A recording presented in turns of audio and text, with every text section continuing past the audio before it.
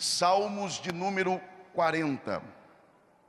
Quando você encontrar o Salmo de número 40, localize aí, por favor, o versículo de número 1, porque nós iremos ler a partir dele e encerraremos a leitura no verso de número 3. Você que encontrou livro dos Salmos de número 40, do verso 1 ao 3, por favor se manifeste dizendo glória a Deus. A palavra do Senhor nos diz assim: esperei com paciência pelo Senhor, Ele inclinou-se para mim e ouviu o meu clamor. Tirou-me de um lago horrível, de um charco de lodo, pôs os meus pés sobre uma rocha e firmou os meus passos, e pôs nos meus lábios um cântico novo, um hino de louvor ao nosso Deus. Muitos o verão e temerão e confiarão no Senhor, e só os que podem digam amém. Podeis tomar assento, muito obrigado, e que Deus, por graça, mais uma vez, abençoe a exposição de sua palavra. Talvez fosse desnecessário dizer, obrigado ao técnico de som, viu? De que estamos diante de um dos textos bíblicos e sagrados que nos é mais familiar. Dificilmente você conversa com um crente que diga que não tenha tido, por menor que tenha sido, algum contato com o Salmo de número 40, ou pelo menos parte desse salmo. Isso é tão verdade que quando eu mencionei que leríamos o Salmo 40, muito provavelmente na mente de muitas pessoas passou a ideia do que de fato nós leríamos, de maneira que nós estamos, de certa forma, familiarizados com este salmo. Eu diria mais: se fizéssemos aqui uma lista dos 10 salmos mais amados, conhecidos, apreciados e pregados, claro que o Salmo 40, ele não seria o primeiro da lista, porque o primeiro da lista, sem dúvida, seria o de número 23. Mas eu também não tenho dúvida de que o Salmo 40 faria parte desta lista dos salmos mais amados, conhecidos e pregados pelos pregadores. Deus abençoe, Regis Danese, Deus lhe abençoe ricamente. No entanto, se nós queremos pelo menos tentar, e quando eu uso a expressão tentar, eu estou sendo muito sincero, se nós queremos pelo menos tentar entender este salmo da forma correta, e entendendo da forma correta, então extraímos algumas lições a partir desse salmo para os dias de hoje, nós precisamos, irmãos, trilhar pelo caminho correto da interpretação deste salmo. E sem dúvida alguma, o primeiro passo nesta direção é desconstruir da nossa mente algumas ideias erradas a respeito desse Salmo 40. A primeira ideia equivocada, errada, que precisamos desconstruir, é aquela famosa ideia de que esse salmo diz respeito a casamento. Claro que é em tom de brincadeira, mas lembra quando o varão ou a varoa ainda não casaram, E aí alguém pergunta: e aí, meu irmão, já casou? Aí diz assim: não, eu estou no Salmo 40. Aqueles que já estão esperando um tempo mais dizem: eu já estou no 70. Apressa-te, ó Senhor, em socorrer-me. É engraçado. No entanto, o Salmo 40, claro que vocês sabem o que eu vou falar. Todavia o Salmo 40 não tem absolutamente nada a ver com o casamento. Ah, pastor, mas isso é em tom de brincadeira. É verdade, eu reconheço isso. No entanto, quando você lê um salmo como este, por incrível que pareça, a primeira ideia que se vem geralmente é esta ideia. E parece que não. Isso no subconsciente, seria bom você estar bem atento aqui, bloqueia a nossa mente para entendermos riquezas nesse salmo. Porque esse salmo se torna um texto comum, usado apenas em termos de brincadeira. Então, primeiro, esse salmo não tem absolutamente nada a ver com casamento. Segunda ideia que precisamos desconstruir aqui é aquela ideia que geralmente se apresenta quando alguém vai dar uma palavra, por exemplo, numa reunião de oração, e ele usa esse salmo para incentivar, para animar crentes a continuarem esperando em Deus para receber uma vitória aqui na terra. Entendam bem, para que você não me compreenda mal, eu não estou dizendo que não devemos esperar em Deus para coisas desta vida, não. No entanto, este salmo aqui não tem absolutamente nada a ver com coisas desta vida. Quando o salmista escreve esse salmo, ele não está falando de expectativas de coisas desta vida, não. Ele está falando de algo, de uma outra dimensão. E em terceiro e último lugar, para avançarmos, precisamos também desconstruir a ideia errada a respeito da maneira com que o salmista usa o verbo. Para você que está bem atento, o salmista, ele não utiliza-se do verbo no presente e nem tampouco no futuro. Por exemplo, ele não diz assim: eu espero, ou eu irei esperar. Não, olha o que ele diz: eu esperei. O verbo está no passado. Parece que não, mas isso muda tudo.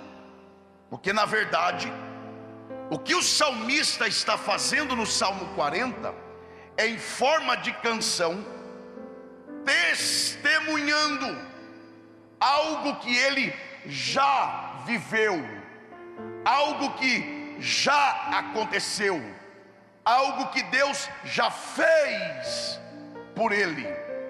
Ele abre o salmo dizendo: eu esperei, e porque esperei, Deus me recompensou.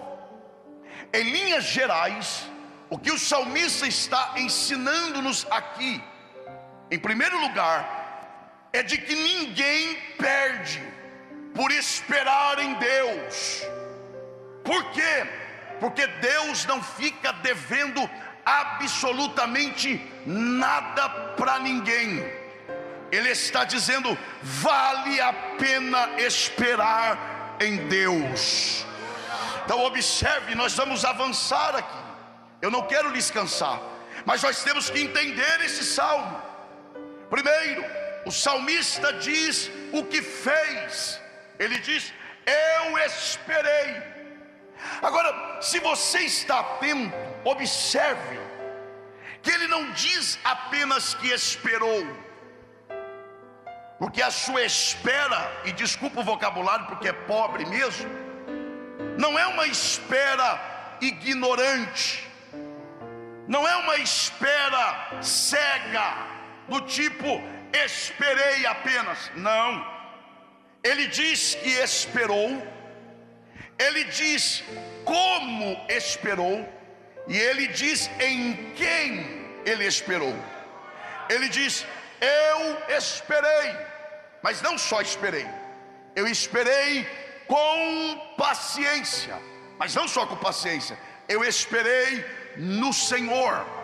Olha só, ele diz: eu fiz a coisa certa, do jeito certo e na pessoa certa. Eu esperei, e esperei com paciência, e esperei no Senhor.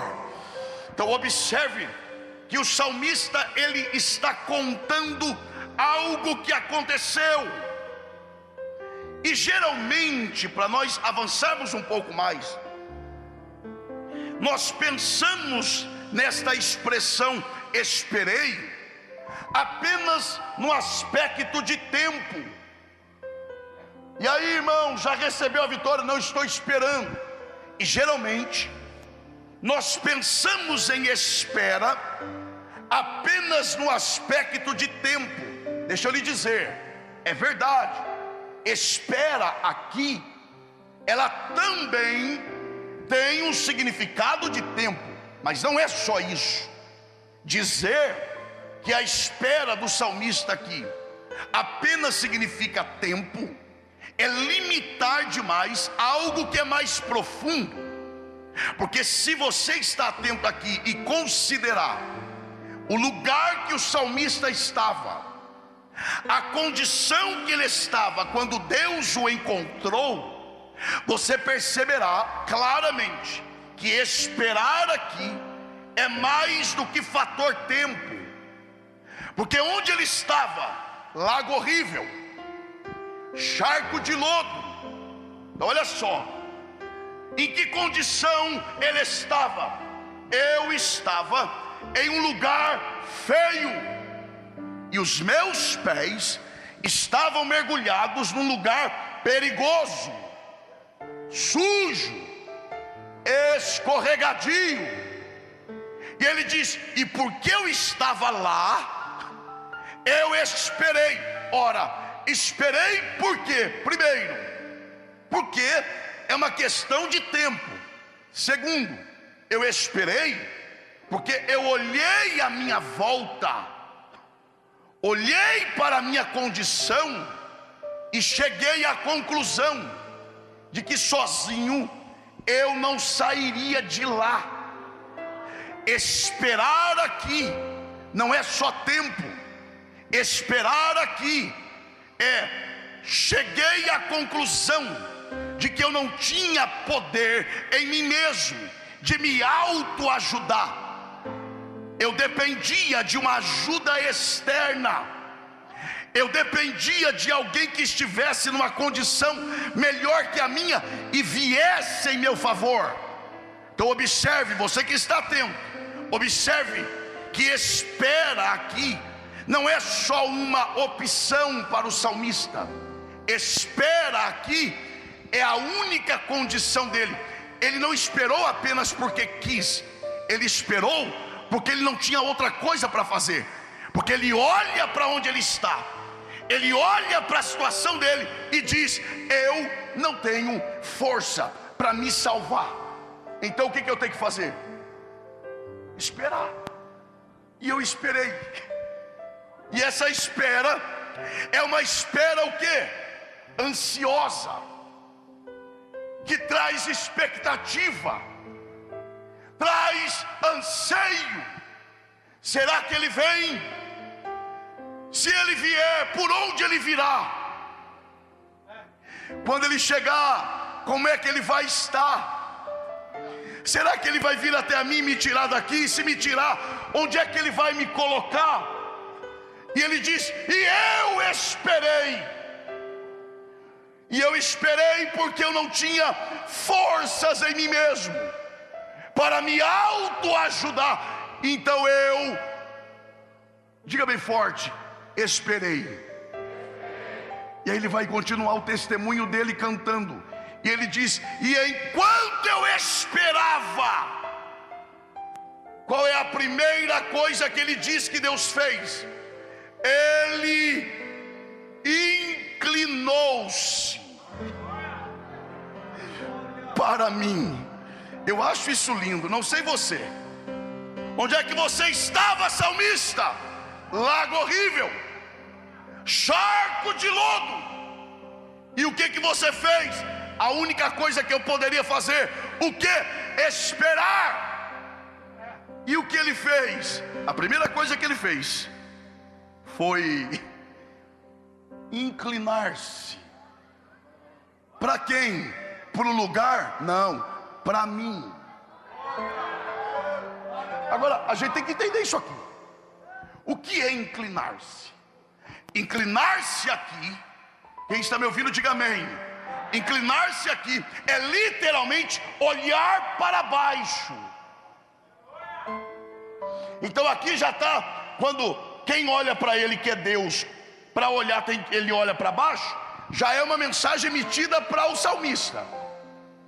Se ele está olhando para baixo, então quem está olhando para mim não é qualquer ser, porque se ele olha para baixo é porque ele está acima de mim. Então ele está olhando para mim, não é porque ele depende de mim, ele olha para mim porque na verdade eu dependo dele, e por graça ele resolveu olhar para mim. Não é o próprio salmista que depois vai dizer que esse Deus que olhou para ele é tão grande que quando ele quer olhar para o céu, ele tem que olhar para baixo. Isso é uma loucura, porque quando eu quero ver estrelas que estão do lado de fora do céu, eu tenho que olhar para cima. Elias quer olhar para o lado de fora do céu? Quero, olhe para cima, olhei.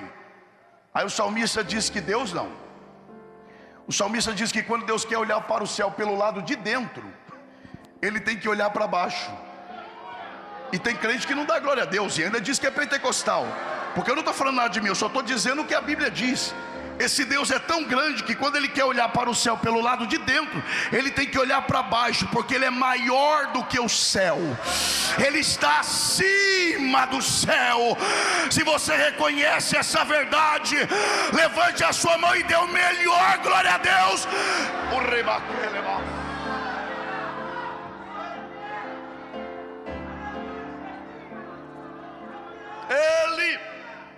Deixa eu adiantar aqui. Eu esperei. Enquanto eu esperava, ele olhou.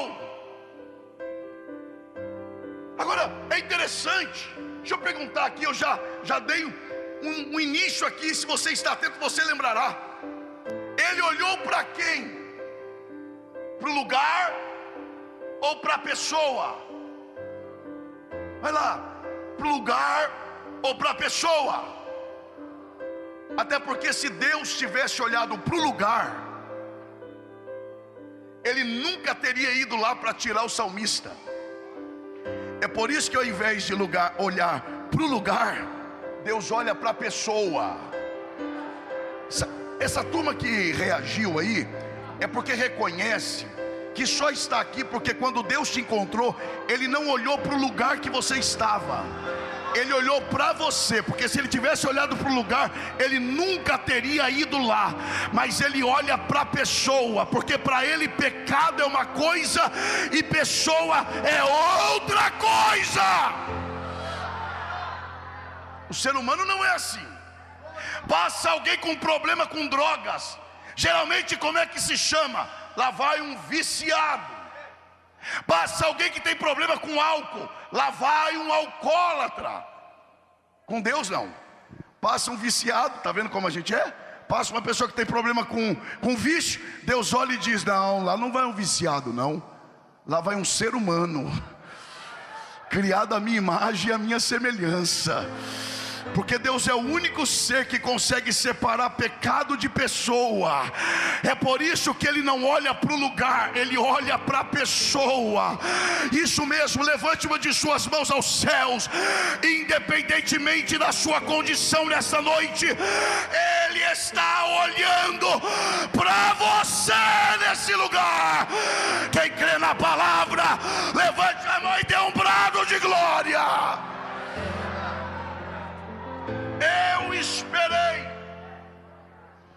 e Ele, eu acho isso aqui lindo, e Ele inclinou-se. Sabe o que é inclinar-se aqui? É literalmente, não perca isso aqui não, é literalmente voltou-se, virou-se, importou-se. A ideia aqui, pastor Wellington, e eu me dirijo ao senhor com respeito, é claro, é a ideia de alguém que está caminhando nessa direção aqui, mais ou menos, ó, tá indo aqui, tá envolvido em alguma coisa aqui, ele tá indo aqui. De repente alguma coisa aqui acontece e chama atenção. Aí ele faz assim, ó, tá indo aqui. Aí ele para e ele faz assim, ó. É isso aqui. É isso que ele está dizendo. Esse Deus que não depende de mim para nada, esse Deus que tem muito mais coisa mais importante para fazer do que olhar para mim, esse Deus que estava envolvido com tanta coisa importante, de repente, eu que estava no lamaçal, de repente vocês não vão acreditar, Ele parou e Ele olhou para mim. Tem gente já se encontrando na história aqui.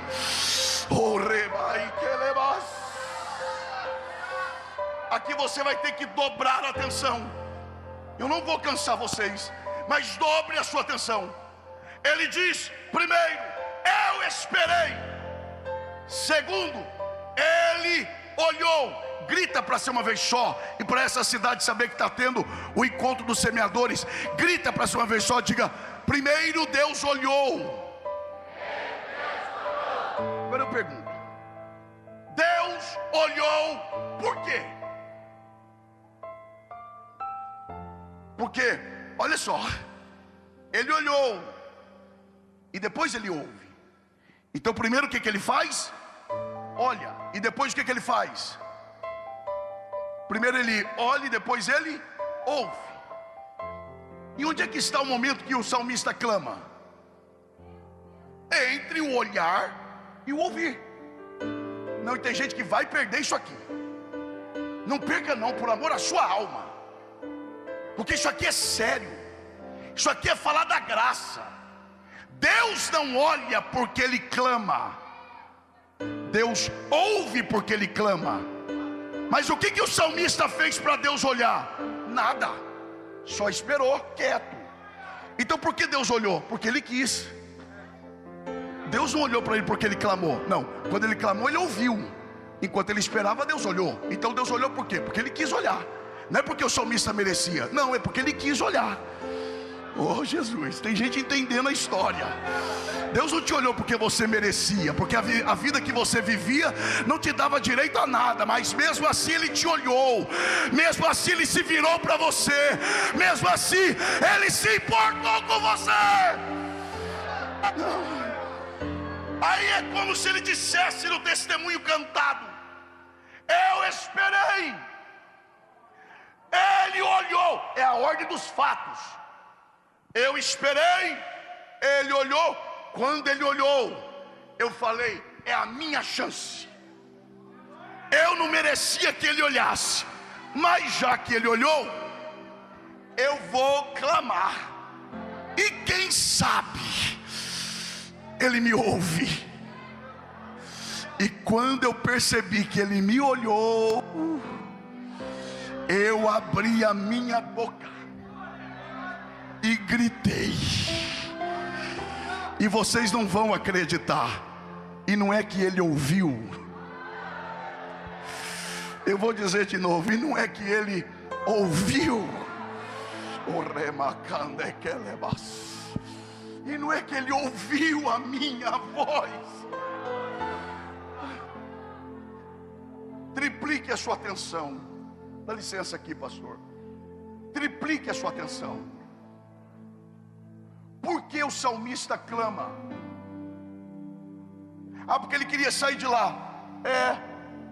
Só que se ele tivesse condições de sair sozinho, ele já teria saído. Não perca isso aqui não. Por que o salmista clama? Ele clama porque era a única, ou o último recurso que ele tinha. Ele olha para os pés, não tenho condições de sair sozinho. Ele olha à sua volta, mergulhado no lamaçal, não tem. O que é que me resta em mim? Só uma coisa. O que? A voz. Então eu vou usar o último recurso que eu tenho. Eu sei quando eu estou pregando, gente. Eu sei quando eu estou ensinando, mas eu sei quando eu estou profetizando. E aqui eu vou profetizar a palavra de Deus. Deus, quando quer tratar com alguém, Ele esgota este alguém. Ele vai tirando as bases deste alguém. Mas esteja certo, se você está na mão de Deus, Deus nunca te deixará sem nada. Ele sempre te deixará, nem que seja com um pouquinho de nada. Mas esse pouquinho que restar será o sinal de que Deus ainda está trabalhando em você. Quer ver que isso é verdade? Lembra de Jó? Claro que lembra. O que Jó perdeu? Tudo. Não, tudo não. Ele perdeu quase tudo, menos um caco de telha. Aí você diz, mas um caco de telha não é nada. Não é nada para você que não tem ferida no corpo todo. Pergunte para Jó o valor daquele caco de telha. Chegasse lá com R$1.000 e dissesse, eu compro esse caco de telha por R$1.000, ele, tô fora. Porque o que é que o dinheiro vai fazer para aliviar minha dor? Não, eu quero é o caco de telha. Porque Deus nunca vai te deixar com o que você quer. Deus sempre te deixará com aquilo que um dia você vai precisar. Então Deus deixa o caco de telha. E do pouquinho que restou, Deus reconstruiu a história de Jó. Oh, glória a Deus. Levante mesmo a sua mão. Tem gente que chegou aqui hoje dizendo, a minha fé acabou. Não acabou. A prova é que você veio aqui esta noite, e do pouquinho que ainda tem, Deus reconstrói a tua história, e a glória da segunda casa será maior do que a da primeira. Quem crê na palavra, adora Ele nesta noite. O remacalabaxerremacandarai. Onde está a mão que você levanta para adorar o Senhor? Só quem quer, claro. Esta mão que você levanta, você que quer e deseja e pode, com respeito, é claro, toque o ombro da pessoa que está ao teu lado e diga, Deus nunca te deixará sem nada. E do pouquinho que sobrar, Ele reergue a sua história. O remacalabaxerremanda que levas. Tem alguém entendendo a voz de Deus aqui? Tem alguém entendendo a voz de Deus aqui?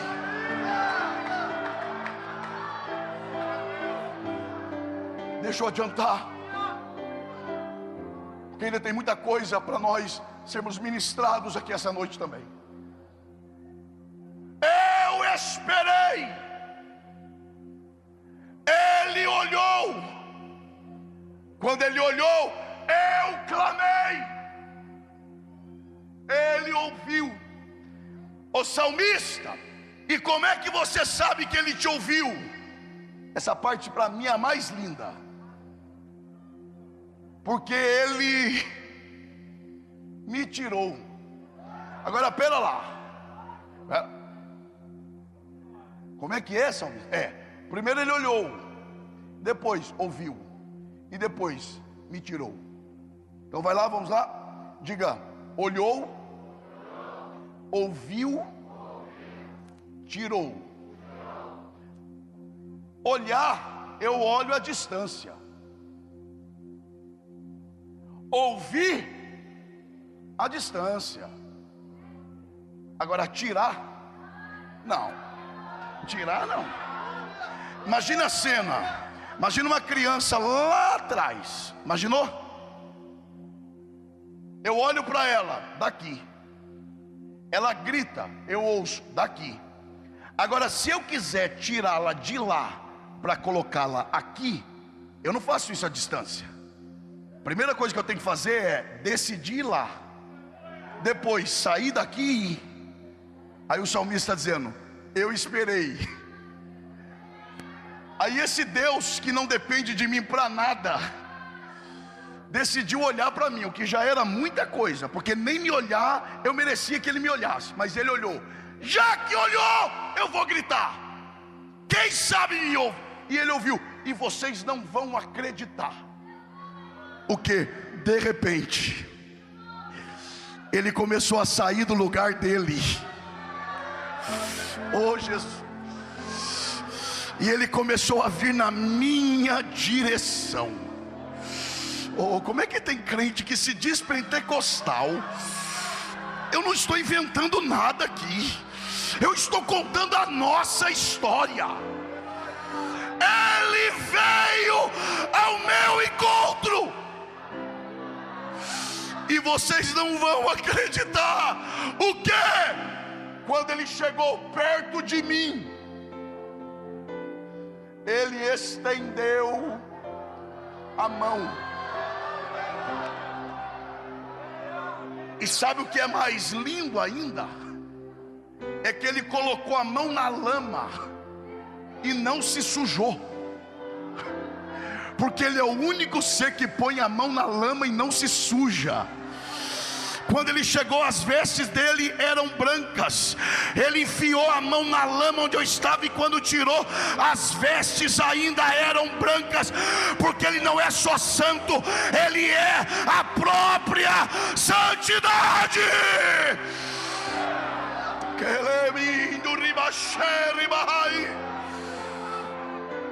Ele, oh Jesus, oh Jesus, ele enfiou a mão na lama.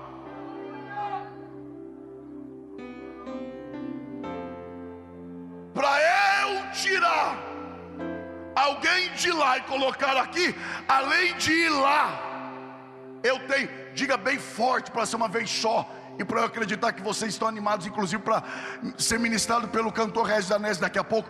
Diga bem forte: para me tirar, tem que me tocar. É isso que ele está dizendo. Ele saiu e veio, estendeu a mão e me tocou. Agora é para a gente pensar um pouquinho aqui rápido. Lembra da mulher do fluxo de sangue? Claro que você lembra. Ela, pecadora como todo ser humano, doente, se esvaindo em sangue por 12 anos, falida, considerada pela lei imunda, ela, sendo quem era, estando como estava, olha o que ela diz: se eu, não ele, se eu, não é ele, eu, se eu, sendo quem eu sou, estando como estou, se eu, não ele, eu, ao menos tocar nele, não, quem sou eu para tocar nele? Se eu ao menos tocar no que? Na veste dele? Não, não sou digna. Então se você tocar no que? Só na rabeira, na franja, naquilo que arrasta no chão, se eu ao menos tocar na orla do seu vestido, eu tocar nele, quem sou eu para tocar nele? Se eu só tocar na orla, eu vou ser curado. E ela foi, tocou e foi curada. Agora imagine, se ela, sendo quem ela era, tocou só na rabeira da roupa dele e foi curada. Imagina o que acontece quando ele toca em alguém. Ah, você não sabe o que acontece não? É só olhar para você, meu irmão. Olha onde você estava e olha onde você está agora. Ele foi lá, estendeu a mão e te tocou, te colocou de pé, abriu o chuveiro da graça, te deu um banho de misericórdia, te cobriu com o sangue de Jesus, te encheu do Espírito Santo e ainda prometeu voltar para te buscar. Quem aqui recebe a palavra?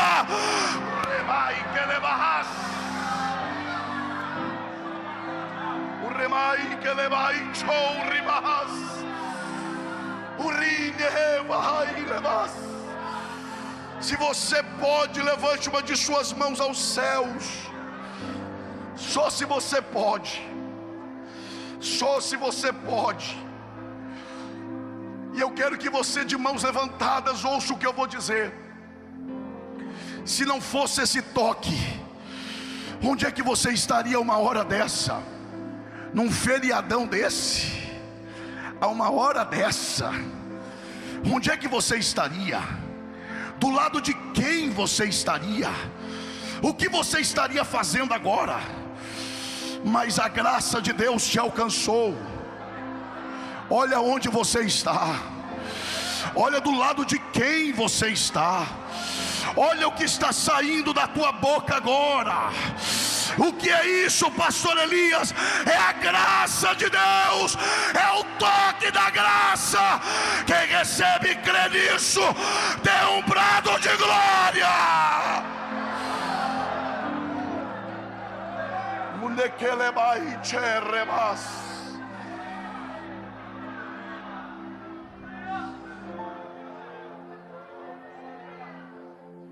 Eu começo a encerrar. Me tirou de onde? Ele não fala de um lugar só, ele fala de dois. Eu vou ser breve nessa parte. Primeiro, lago horrível. Segundo, charco de lodo. Qual é a diferença? Lago horrível era o lugar, charco de lodo era onde os pés estavam. Por exemplo, aqui está essa tenda, é o lugar. Aqui está hoje o altar, é um lugar da tenda. Quem olha de fora, ali está a tenda. Quem entra e olha e diz: o pregador está no púlpito. É o mesmo lugar, mas são coisas distintas. Ele diz: ele me tirou. Olhe para cá. Ele me tirou de um lago horrível, parte externa. Por isso que ele fala que era feio, porque ele está falando de parte estética, parte visível, quem vê de fora. Mas ele diz: mas ele me tirou também de um charco de lodo. Ele está dizendo: quem passava de fora via a estética, mas só eu que estava do lado de dentro sabia por onde andavam os meus pés. Porque tem coisa que todo mundo sabe de você, mas tem coisa que só você sabe. É por isso que quando ele fala do lago, é a parte externa. Mas quando ele fala de onde os pés estavam, ele não fala de estética, ele fala de sujeira, e ele fala de mau cheiro. O lago era horrível, e o charco de lodo era sujo, fétido e perigoso. Se eu desse um passo, eu escorregava para nunca mais me levantar. Mas antes que eu caísse de uma vez, ele chegou na frente. Oh Jesus, oh, se você quer, levante a sua mão. O diabo já tinha armado para algumas pessoas aqui. Mas o Senhor está dizendo: eu cheguei antes da queda. O diabo não vai manchar a tua veste. O diabo não vai manchar a tua história. O diabo não vai manchar a tua carreira ministerial. Antes que você caia de uma vez por todas, Deus, Ele aparece, te toca e te tira agora. Eu creio nessa palavra. Eu creio nessa palavra. Abraça essa pessoa que está perto de você. Abrace mesmo. E diga: é noite de livramento. Meu irmão, se ele depender do seu ânimo, ele está perdido. Diga: é noite de livramento. Deus chegou na frente de Satanás. Você não vai cair. Você não vai tropeçar. Está tudo armado para te derrubar e te manchar, mas Deus está desarmando o laço hoje.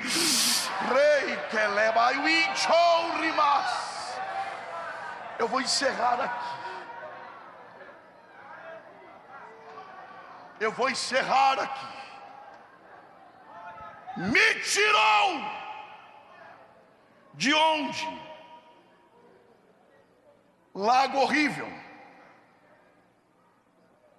charco de lodo. Vou terminar aqui, para vermos o que Deus vai fazer entre nós ainda. Ok, me tirou do lago horrível, do charco de lodo. Onde é que Ele vai me pôr agora?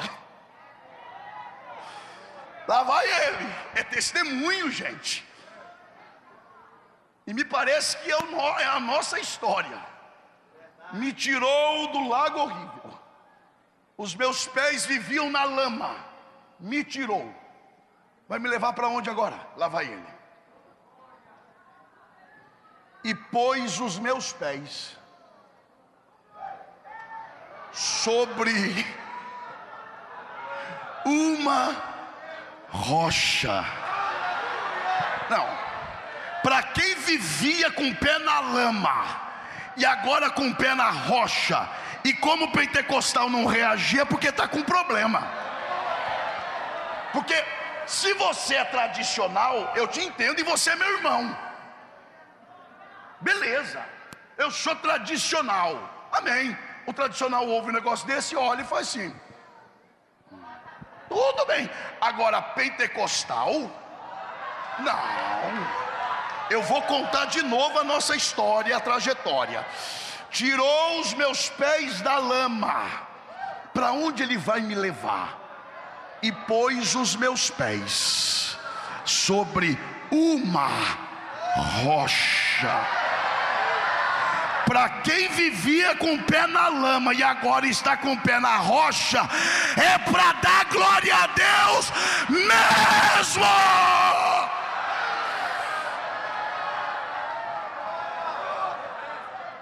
Me permita, pastor Eliseu, e eu encerro. Pense na lama. Pensou? Quem pensou, diga amém. Imagina os pés pisando na lama. Imaginou? Se imaginou, diga amém. Os pés afundam ou não? Agora imagina com os dois pés na lama. Quem passa consegue enxergar o pé? Sim ou não? Agora imagina os pés na rocha. Imaginou? Pisou na rocha, os pés afundam? E quem passa consegue ver os pés? É isso aí. Quando ele diz: me ajuda aqui no retorno, irmão, não vai ter jeito, vou ter que falar. Me ajuda aqui, por favor. Ele está dizendo: antigamente os meus pés estavam no lugar que quem passava não viam as minhas obras, porque elas eram ocultas.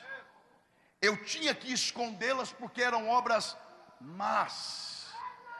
Mas agora meus pés não estão mais na lama. Os meus pés agora estão na rocha. Eu não tenho que esconder mais nada de ninguém.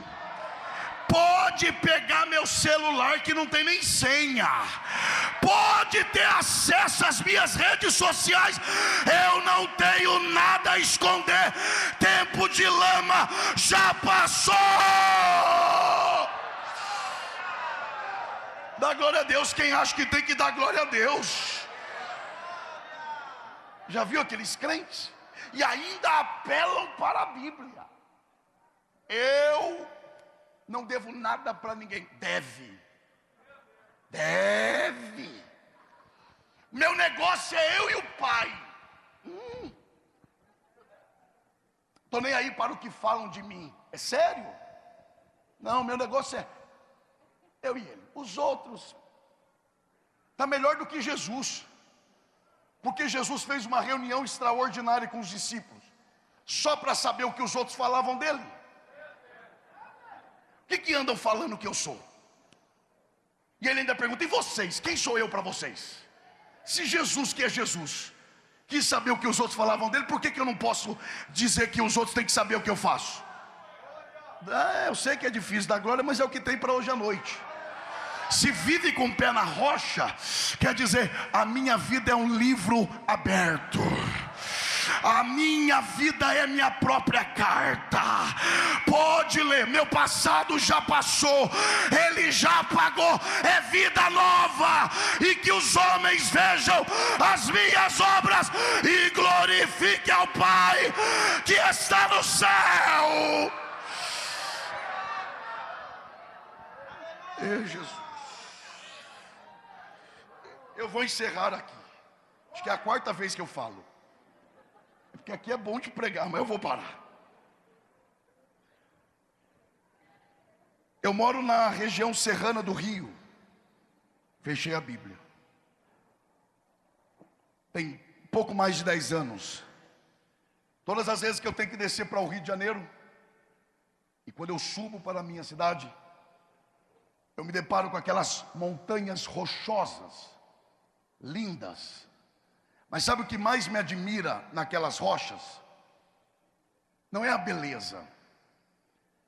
O que mais me admira nelas é que tem mais de 10 anos que eu passo ali, e elas nunca saíram do lugar. E quem é capaz de tirá-las de lá? E aí o salmista diz: meus pés viviam escorregando lugares perigosos, e agora os meus pés estão sobre. Não. Os meus pés estão sobre. Em outras palavras, está dizendo: quer mexer comigo? Então, quer mexer comigo? Mexe primeiro com a rocha. Se você conseguir mexer a rocha, você vai mexer comigo, porque agora eu estou nela. Oh Jesus, no mínimo esqueceu quem é a rocha, né? Vai. Quem é a rocha? Quem é a pedra que se movia sem auxílio de mão de homem? Porque Jesus se move na direção que quer, sem pedir autorização.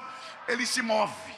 Quem é a pedra angular de esquina, que só ela cabe naquele lugar? De quem Jesus falou quando ele disse: edificarei a minha igreja, e as portas do inferno não prevalecerão contra ela. Quem está nesta rocha, se coloque em pé, dando um brado de glória.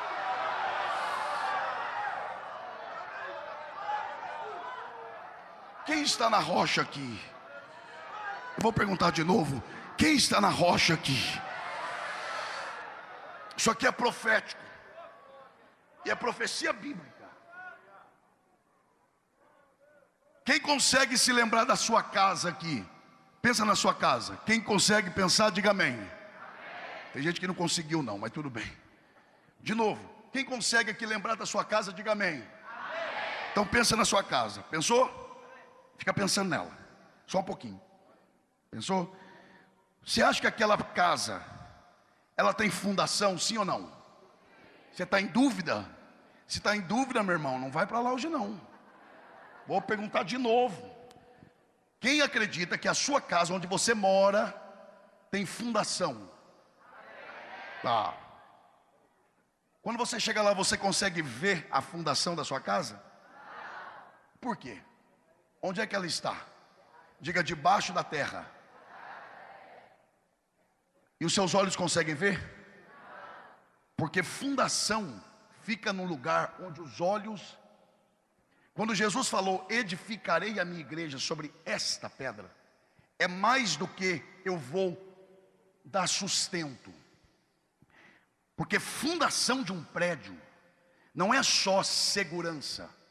Fundação de um prédio é esconder a base para que ninguém mexa nela. Quando Jesus falou: edificarei a minha igreja, Jesus está falando, além de dar sustento, eu vou colocar a minha igreja no lugar onde os demônios não enxergam, onde Satanás não chega, e onde o pecado não tem força contra ela. Oh, glória a Deus! Enquanto você estiver escondido atrás da rocha, o diabo não te acha, os demônios não te tocam, o pecado não mexe com você. Quem está debaixo desta promessa, levante a mão e dê um brado de glória. Nós já vamos orar. Pôs os meus pés sobre a rocha. Então a vida com Deus é parada? Não, porque depois ele diz: e firmou os meus passos. Porque pé é uma coisa, passo é outra. Infelizmente tem gente que tem pé, mas não anda. Ele diz: pôs os meus pés sobre a rocha, e depois firmou os meus passos, me colocou na direção certa. Eu vivia na direção errada, mas agora não. Agora eu sei de onde eu vim, sei onde eu estou, e também sei para onde estou indo. E para aí, não, porque senão seria só uma mudança geográfica. Me tirou de lá e me colocou aqui. Não, me tirou de lá, pôs os meus pés sobre a rocha, firmou os meus passos. Olha agora. E pôs o que nos meus lábios? Vai lá, vai na cola de quem acertou aí, vai lá. Pôs o que nos meus lábios? Tem gente que nem colando vai, né, meu irmão?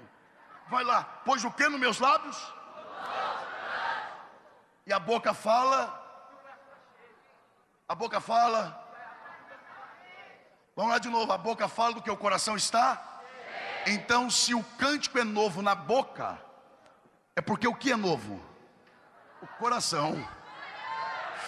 Me tirou de lá, me deu um novo lugar para habitar, mas não só isso, me deu também um novo coração.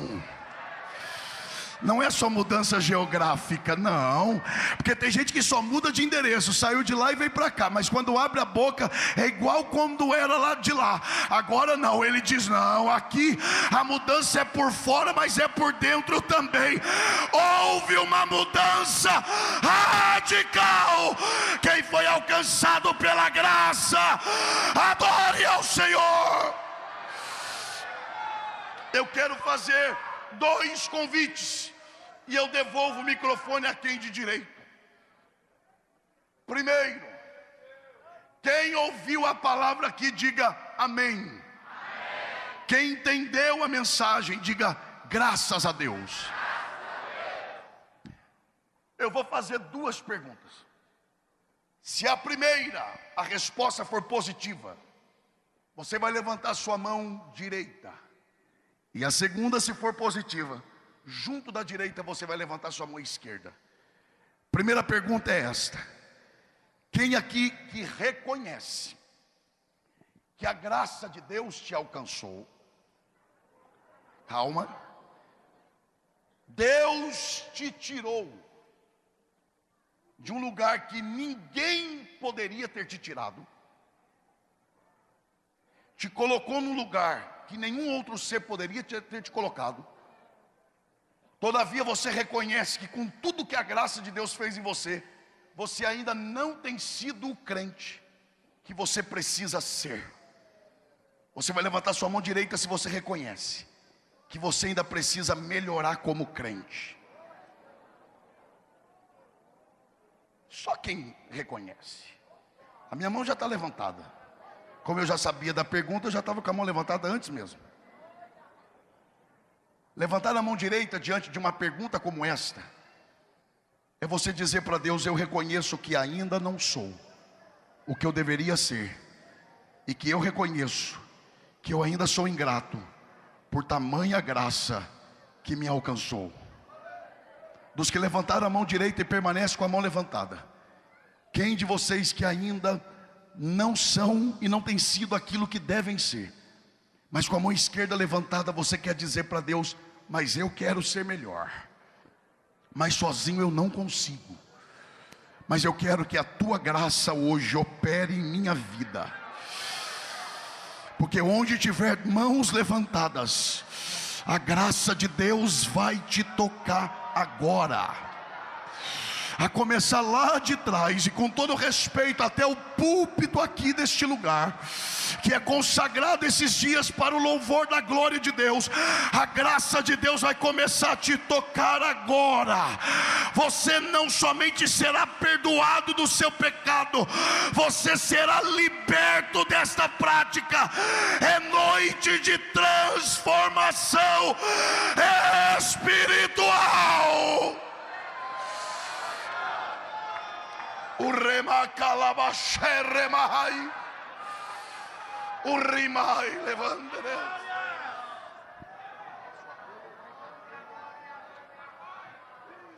Nós vamos orar. Já baixou a mão? Não baixa não. Ah, pastor, mas a minha mão cansou. Então segura com a outra. Pede auxílio de alguém, porque onde tiver mãos levantadas, o Espírito de Deus vai te tocar aí agora. Eu estou sentindo a graça de Deus aqui. Eu estou sentindo a presença da graça de Deus aqui. Tem alguém orando aqui nessa noite. Tem alguém clamando aqui nessa noite. Tem alguém que crê que a graça de Deus está agindo entre nós aqui. Onde tiver mãos levantadas, seja tocado pela graça de Deus agora. Onde tiver mãos levantadas, que a unção de Deus paire sobre a sua vida agora. Se você é batizado com o Espírito Santo, seja renovado em línguas estranhas agora. Se você não é batizado com o Espírito Santo, comece a dar glória, porque Jesus te batiza aí onde você está agora.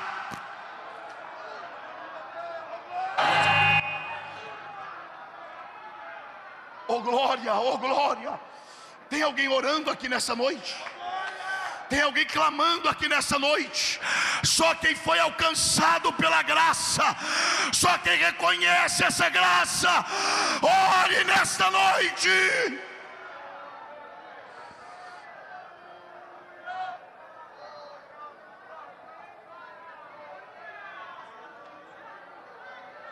Eu vou fazer como o Senhor está me orientando, e eu não preciso enganar absolutamente ninguém, porque eu já preguei. Isso tem uma coisa que meus pais me ensinaram, meus líderes me ensinaram e ainda ensinam, é que eu não engane, não minta, principalmente num púlpito como esse. Mas o Senhor ministra o meu espírito para fazer isso. Onde está a mão que você levanta para adorar o Senhor? Só quem foi alcançado pela graça, só quem foi. Esta mão você vai usar para abençoar o teu irmão agora. E se você crê, ao tocar o ombro do seu irmão, você vai orar por ele. E Jesus vai renovar crentes aqui. A alegria da salvação vai voltar para crentes aqui. O fervor espiritual vai voltar em crentes aqui. A alegria de cumprir o seu ministério vai voltar agora.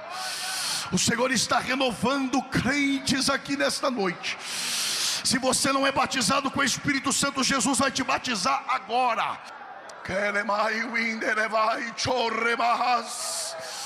O rebai que leva o inchou minereveni raios.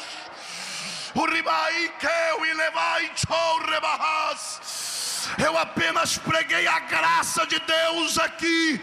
Se isso não é suficiente para você se alegrar, o que mais te alegrará?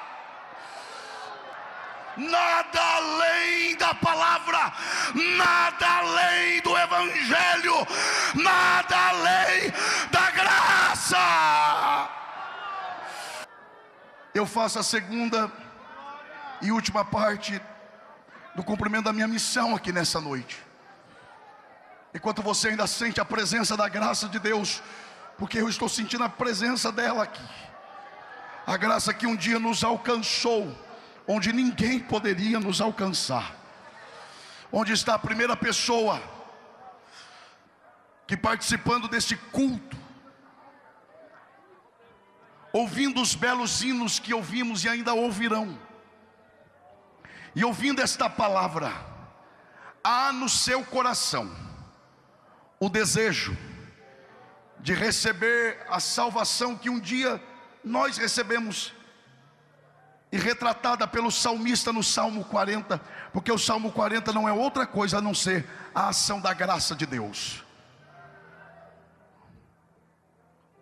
Onde está você que deseja ser resgatado pelo Senhor? Ele está estendendo a mão, mas você precisa também estender a sua. Está vindo alguém?